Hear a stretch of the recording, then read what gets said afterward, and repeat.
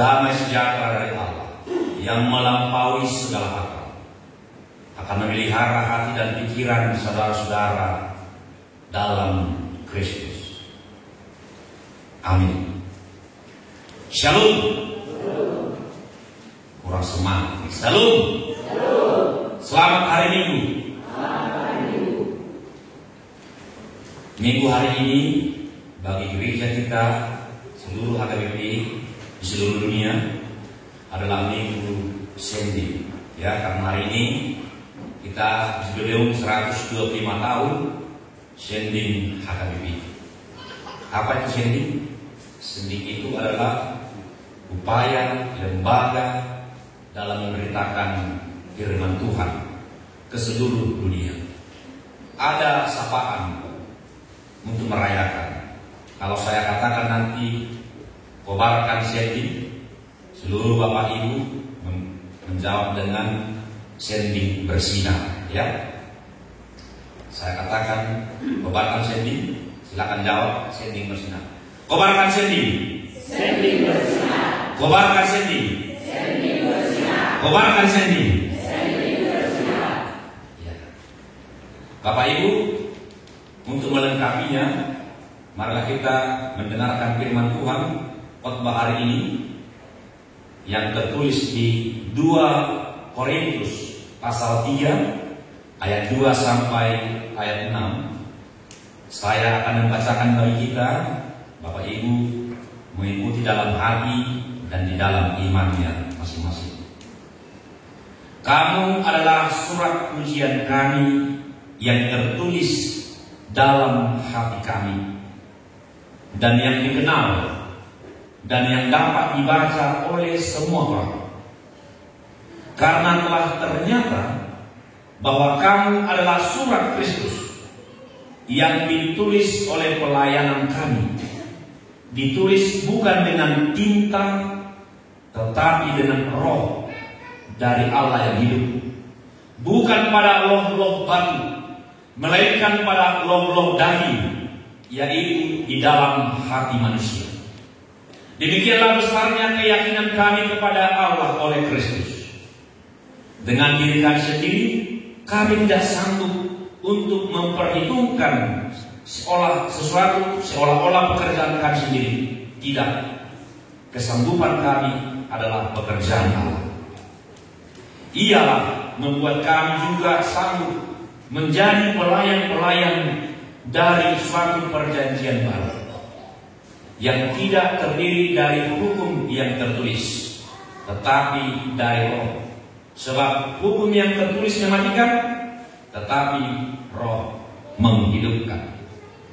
Demikian Bapak Ibu firman Tuhan.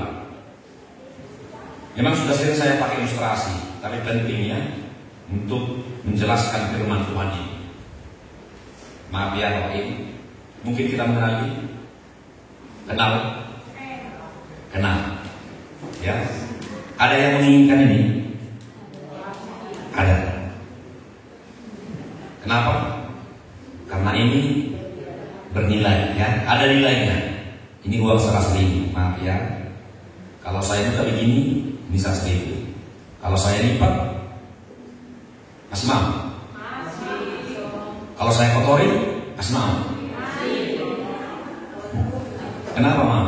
Karena nilainya tetap, ya, tidak berkurang. Dia tetap bernilai 100.000. Kalau dikoyak pun sedikit, tetap saja nilainya 100.000. Dan kalau saya kantongi ini, ya, biar jangan berebutan, saya kantongi, berkurang nilainya. Dimasukkan dalam dompet, dalam laci, tak berkurang nilainya. Nilainya tetap 100.000. Kesimpulannya, apapun yang kita lakukan terhadap uang tadi, itu tidak mengurangi nilainya, karena nilainya sudah ditetapkan. Mau dilipat-lipat, mau dikotori, mau dikoyak sedikit, tetap nilainya tidak berkurang. Dan kita pasti tetap menginginkan, karena nilainya itulah yang kita inginkan, bukan tampaknya, bukan karena dia kotor, karena dia bersih, Bukan karena dia koyak sedikit atau utuh, tidak. Tapi kita membutuhkan adalah nilai. Bapak Ibu saudara-saudaraku, demikian juga hidup manusia ini sebenarnya. Kalau secara daging, secara tubuh, kita ini nggak bernilai. Tetapi di dalam hidup kita ini sudah ditetapkan kita memiliki nilai, dan itu sangat mahal. Semahal apa? Semahal darah Kristus, semahal nyawa Kristus. Karena kita telah dibersihkan oleh darah, kita ditebuskan oleh nyawanya, sehingga di hadapan Tuhan kita bernilai. Jadi apapun yang dilakukan orang terhadap kita, mau kita dilipat-lipat, mau kita dihina, dicaci, ya tak usahlah kita ini dendam. Karena nilai kita tidak akan pernah berkurang, karena nilai kita sudah ditetapkan oleh Allah. Dan dimanapun kita, seperti uang tadi, mau dikantongi dalam dompet, dalam laci, tidak berkurang nilainya. Demikian kita juga ini, mau ditinggal dimanapun kita, di kampung-kampung, di desa-desa, mau di kota, di metropolitan, nilainya nggak berpengaruh. Ya, tapi sayang sekali, kalau uang tadi cuma saya kantongi, apa gunanya? Berguna? Nggak berguna. Dia bernilai tapi tidak berguna. Nah, ini benar juga ya. Supaya dia berguna, ya kita pakai dia, beli obat, beli makanan, sebagai alat tukar yang sah. Hidup kita ini, katakan, aku orang baik. Kalau baik hanya untuk dirimu, ada gunanya? Enggak ada gunanya. Kalau kamu katakan bahwa kamu adalah orang yang bijaksana, orang yang pintar, kalau untuk dirimu enggak berguna, adakah berguna untuk orang lain di hadapan Tuhan, di tengah-tengah manusia, dalam kehidupan kita ini?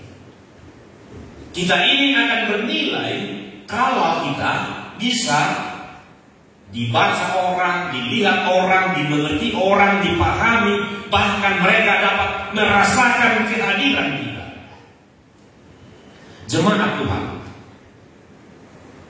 yang mau saya sampaikan adalah melalui firman Tuhan ini di sini, Paulus dengan jelas itu dia ingin berbagi pengetahuan dan dia ingin mengajari jemaat itu tentang nilai-nilai, atau bahasa umumnya disebut dengan identitas. Jadi kita ini kan ada identitas. Identitas kita adalah orang Kristen. Kalau bicara identitas, bukan hanya sekedar data diri. Nama Anda siapa? Nama saya Robert Henry Simanjuntak, sekedar seperti itu. Saudara kan, tanggal lahir saudara tanggal berapa? Biar kami tahu kapan ulang tahun. Tidak sekedar itu. Pekerjaanmu apa? Saya pendeta. Tidak sekedar itu. Di mana tinggal? Statusmu apa? Sudah menikah? Belum dapat jodoh? Atau masih jomblo? Tidak sekedar itu. Tapi di sini berbicara nilai-nilai yang dimaksud adalah bagaimana perilakumu. Apa dampak hidupmu bagi orang lain? Sehingga kalau disebut Kristen, itu artinya pengikut Kristus. Lebih dalam adalah milik Kristus. Jadi bukan diri kita ini yang memiliki kita, tetapi kita adalah milik Kristus. Jadi kalau dikatakan Kristen itu identitas. Nggak cukup mengatakan saya agama Kristen, tapi lebih tepat adalah saya Kristen. Itu harus dikatakan secara bertanggung jawab. Kalau dikatakan saya adalah Kristen, artinya keseluruhan hidupmu ini kita harus mencerminkan dan melakukan sesuai dengan teladan Kristus. Ya, bukan soal karena dia mengorbankan nyawanya, tidak. Tapi keteladan apa sih yang diberikan oleh Kristus kepada kita? Keteladan yang kerendahan hati dan puncaklah kasih. Ya. Jadi kalau ada orang Kristen yang tidak melakukan kasih, itu bukan nilai, itu hanya sekedar identitas Kristen KTP. Karena ini harus tegas, karena Kristen itu bukan sekedar agama, tetapi itu sebuah nama yang luhur. Ya. Seorang filsuf Prancis, Jacques Ellul, dia mengatakan bahwa nama yang luhur mengandung tanggung jawab yang luhur. Kalau kau Kristen, tanggung jawabmu kau harus mencerminkan perilaku nilai-nilai kekristenan yang meneladani Kristus, yaitu melakukan kasih. Maka dari itu Paulus mengatakan kepada jemaat Korintus, kamu adalah surat Kristus. Di ayat 2 sampai ayat 3. Kalau dikatakan surat, itu juga identitas. Memang memakai gaya bahasa metafora, ya, surat. Tadi disebutkan surat pujian kami.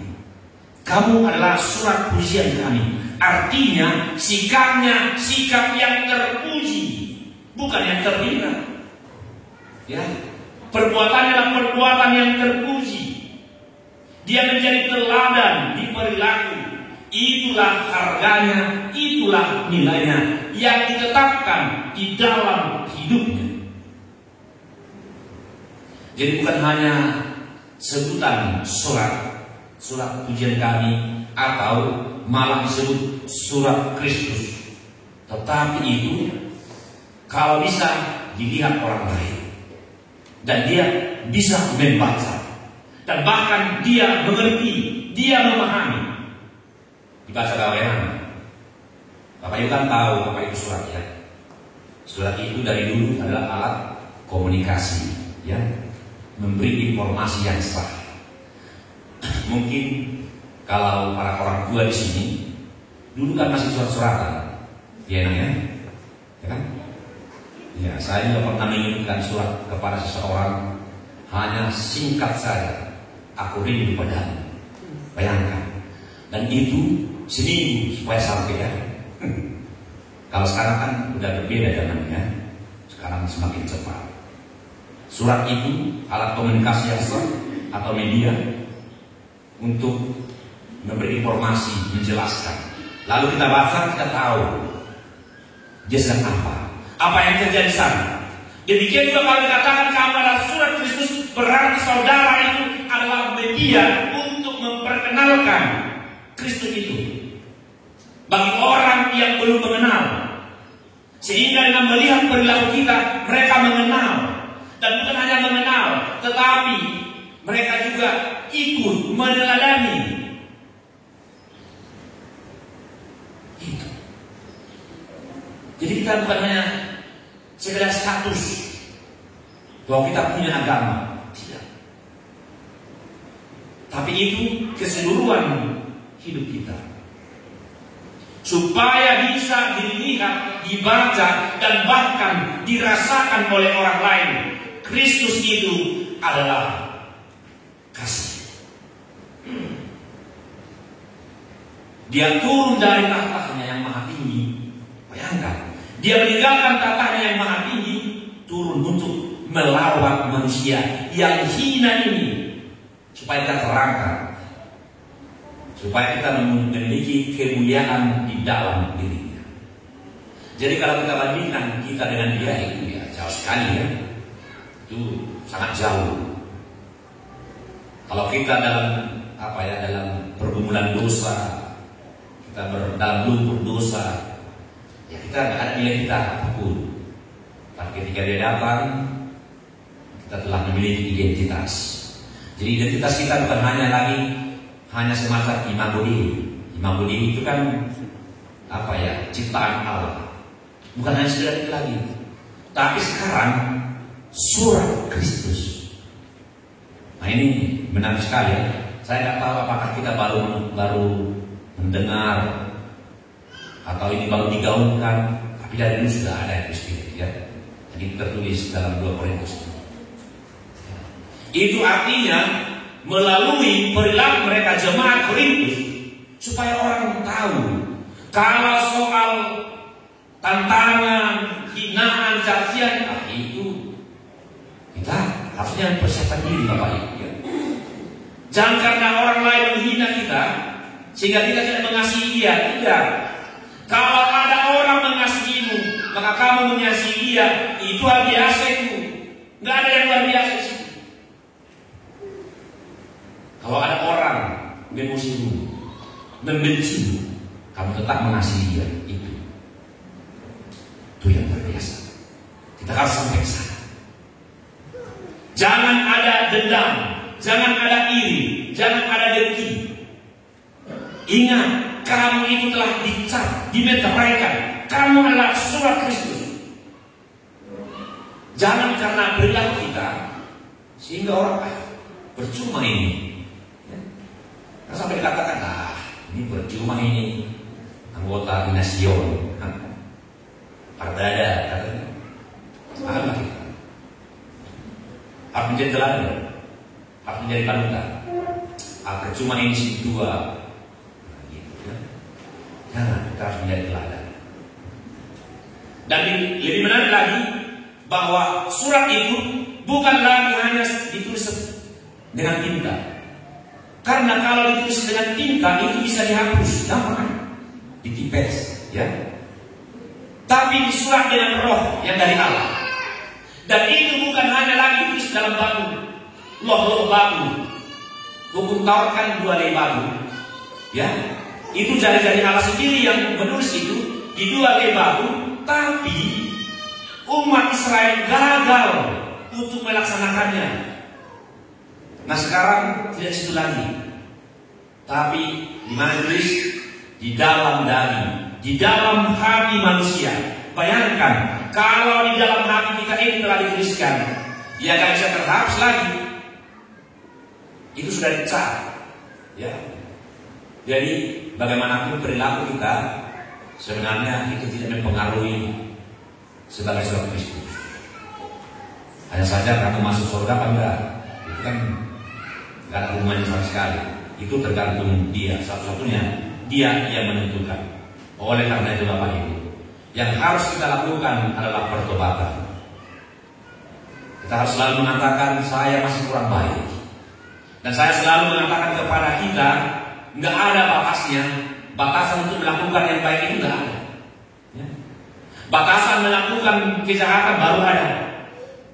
Semakin kita bertumbuh di dalam Kristus, semakin kita dewasa, semakin kita tua umur kita ini, kita harus semakin mengurangi perilaku yang jahat, semakin menambahi perilaku yang baik, perbanyak melakukan kebajikan bagi orang lain, supaya kita semakin dekat kepada Kristus. Jadi Bapak Ibu, itulah perbedaan kita dengan yang tidak atau yang belum pengikut Kristus. Artinya, kalau nilai kita di hadapan Tuhan itu sudah ditetapkan oleh Kristus, tapi bernilai atau tidak, berguna atau tidak, pakailah nilai-nilai hidupmu berguna bagi orang lain.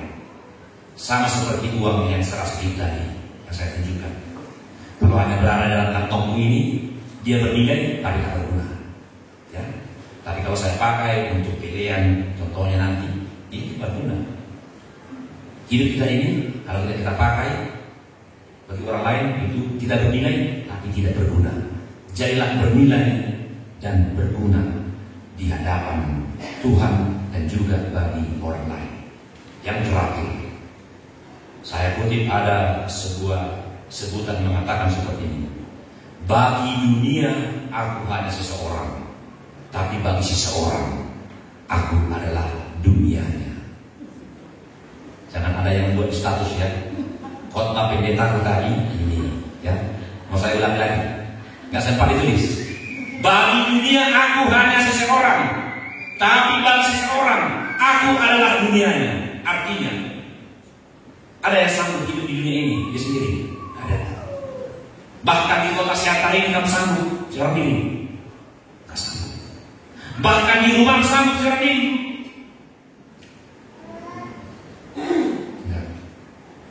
Dan di dunia ini kalau hanya kita seorang diri, Kita sangat kecil, nggak dipandang. Jadikan hidupmu menjadi dunia orang lain. Kamu berguna. Apa arti kehadiranmu?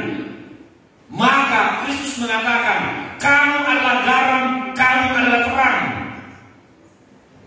Kalau garam itu memberi rasa, ya, memberi rasa. Kalau terang itu memberi sinar, kehangatan, bercahaya bagi orang lain.